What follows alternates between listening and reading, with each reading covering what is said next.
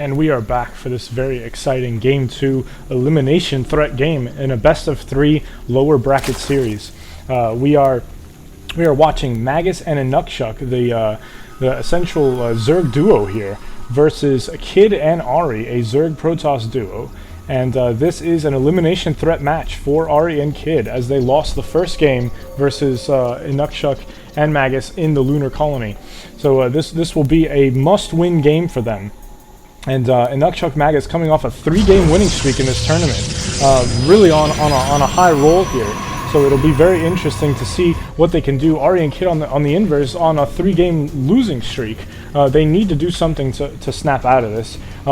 This map is Tempest. It is well, personally one of my favorites, and it was recently removed from the ranked series starting at the end of Season 3, but still an excellent map, especially for 2v2. Very spaced out, very similar to Lunar Colony as far as like lots and lots of expansions available. It's definitely a heavy scouting map, as you want to maintain map control and deny any kind of hidden expansions anywhere. It will definitely be a challenge for these teams to maintain map control on either side. We've seen Inukshuq and Magus do a lot of success using a very early 5.5-minute rush. It definitely throws a lot of players off, considering that in 2v2 it's very typical to get a 7-minute rush, but a 5.5-minute rush is a little more rare, and it looks like they have it down to a science. We have not seen them deviate at all from these builds. Basically Zergling, Roach, 5.5-minute at your door. So this is going to be very difficult for Ari and Kid, as you know, they really only have one game to bounce back from it. They can't have another loss, or else they will lose this tournament. They will drop out, and they are playing for a semifinal spot at this point. So everything is on the stake right now in this game. Ari and Kid have to pull it together. Let's see what happens. We've got some early walling in, it looks like, from Kid, at least a partial wall in, and we see Inukshuq doing a little bit of breakdancing in the base, maybe a little premature celebration, maybe a little bit of, you know, I'm keeping eyes on your base, will you pull a worker and try to chase me out? Meanwhile, on the Ari side, we see a little bit of dancing around our zone, but he got a kill for it, so I guess that celebration was at least for something.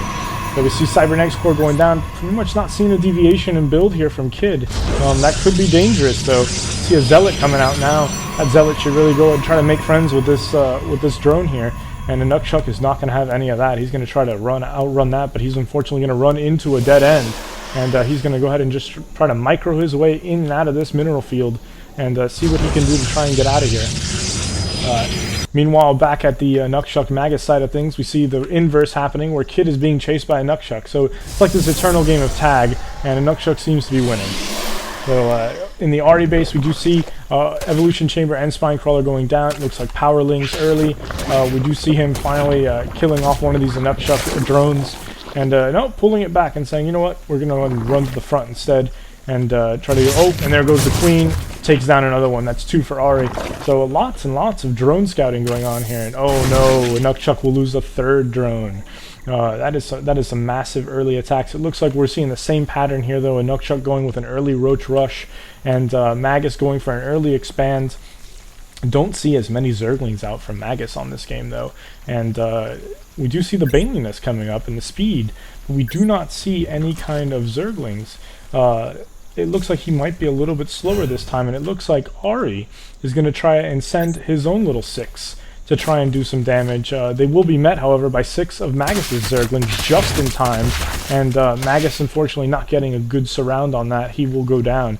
But 2 more Zerglings join the fight for him. So Ari better keep these as a scouting, but unfortunately he's going to run into a lot of Roaches, and now we're at the 6-minute mark, so a little bit of a delayed attack from Inukshuq and Magus compared to previous games, but still just as formidable. And honestly, I still do not see an answer from Ari and Kid. If this army, which it looks like is about to roll on them, they may find themselves in the exact same situation that they were in the last game, where they just do not have enough units to prevent this kind of attack. What this kind of attack needs is a very strong counterattack, a very strong defensive positioning, very strong counterattack. And unfortunately, Ari's Lings are nowhere near getting speed or power, and it just does not look good at all. The only thing they can hope for is to try and catch them separated, but it looks like a very strong attack. These Banelings are going to completely obliterate these Zerglings. So This is not looking good at all for Ari. It looks like he's going to fall right into it, and oh no, he does, and the Banelings spread their special sauce all over him. Oh, and he loses all of his Zerglings. This is just horrible. This leaves Kid with just 4 Zealots and 2 Stalkers to try and hold off an entire Zergling Roach army. This is not looking good at all. This is, oh my goodness, this is just horrible. You know this has to be heartbreaking for them to basically find themselves in the same situation. An Immortal comes out though, and that could be what sways the battle. I said last game one well-placed Colossi would do it, and you know what? One well-placed Immortal looks like it's going to do it. And this Immortal is going to definitely take down these Roaches and save the day for this. Oh my goodness. Kid, you are owed a beer from Ari because you just saved this series, and they're not out of the woods yet, but they've got at least a little bit of breathing room. You can try and take out these units as they try to trickle in, take advantage of the fact that they are not massed up together. Try to take down some of these units, get a strong counterattack going. It looks like they may be able to pull it off. You see lots of Zerglings massing up, and needs to prevent him from turning into Banelings, though. If Magus gets even a handful of Banelings, he will waste all of these Zerglings just like he did the first time. And this is not a good situation here for Ari, as he is outmanned by these Zerglings. He really needs to try and hold back those Zerglings, try to hold back some kind of defense, and you see them pushing through. You see a base going down for Inukshuq. This is starting to turn out to be exactly like last game, where they're just going to try to macro them out, hurt them early. The only difference this time is they did not hurt them that badly, so this is still very doable for Ari and Kid, but they're really going to have to pull together here. They've got good map control, but they do not have enough units as of right now to deal with this. You see lots and lots of Banelings coming down from Magus, very resource intensive. They need to shut down that second base to prevent him from really going all out on this build. And you see lots and lots of Immortals, and those Immortals are not going to be any match for these Zerglings. Banelings a little bit of a waste though, unless they hit their target, which are those Zerglings, and they will burrow through all that. Oh my goodness, look at the total destruction on that complete surround. The versatility of a dual Zerg team really showcased right there, as you saw Zergling, Baneling, Roach, everything coming together to counter all of the units, including those Immortals. And you see Ari's expansion going down, Kid's expansion barely about to come up, and it's already going to be met with a lot of diversity as he comes in here with all these different units coming in. An Immortal fighting a bunch of Zerglings, that is not going to be a good for hit. It is almost down. Oh, it looks like it's going to get the surround. He's going to take that very expensive unit, and you see him microing and trying to walk it away. Will he get it? Will Magus get it? Oh, it looks like he may just pull it off. Oh, and he does! He takes down that unit. That unit alone is almost worth it. Oh, and you see such intense gameplay here. Inukshuq now with Hydralisk out.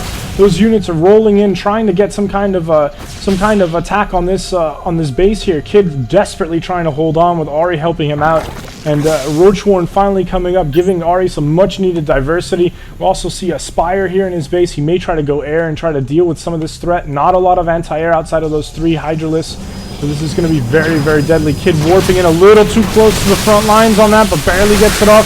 And oh, the Zerglings going for the surround. They are not balled up. Those Stalkers are all going to get chewed to shreds.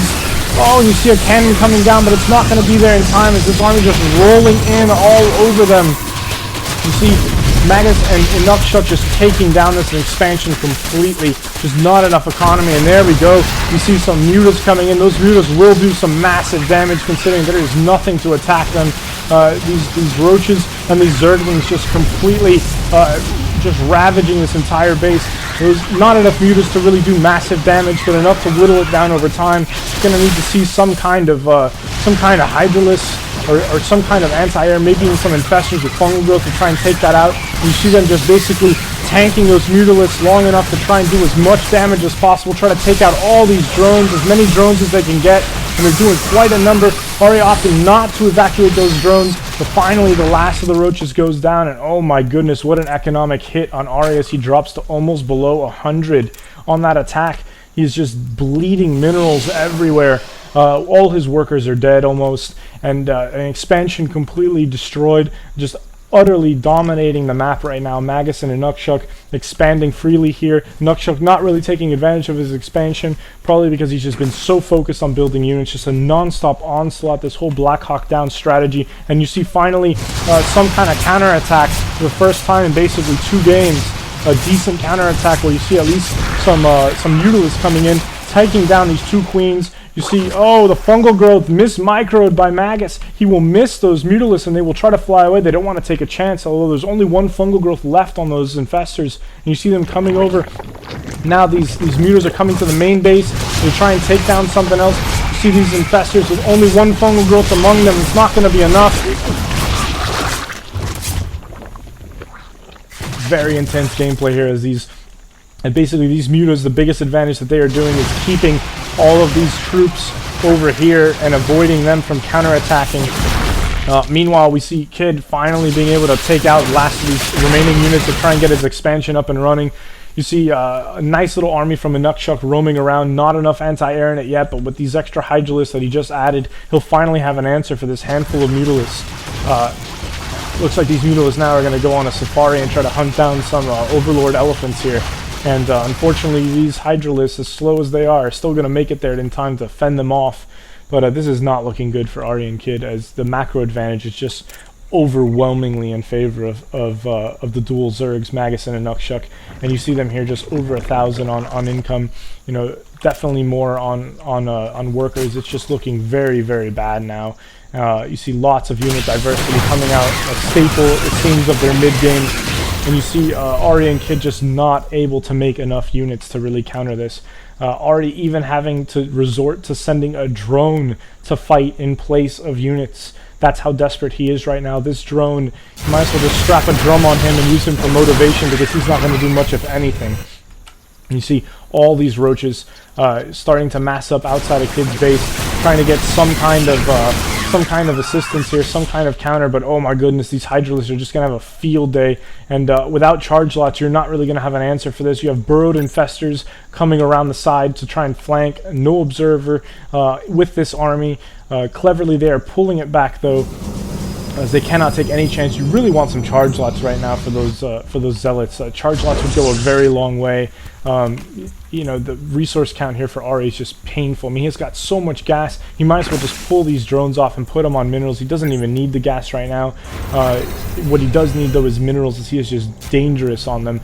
And Magus going for a third base, just completely roaming around, making sure there's no hidden bases. Look at third and fourth base for Magus. This is almost a replica of the last game. We do have a much nicer sized army though from Ari and Kid, so it may do them a little bit of favors. And you see just still no charge on those charge lots, and you're desperately going to need that to deal with this massive Hydralisk ball that you've got here. Handful of roaches in there as well. And Ari losing that Overlord almost, just pulling back. Oh no, the infestor's going down. Got losing one infestor, but without an observer, those infestors are going to be able to get away.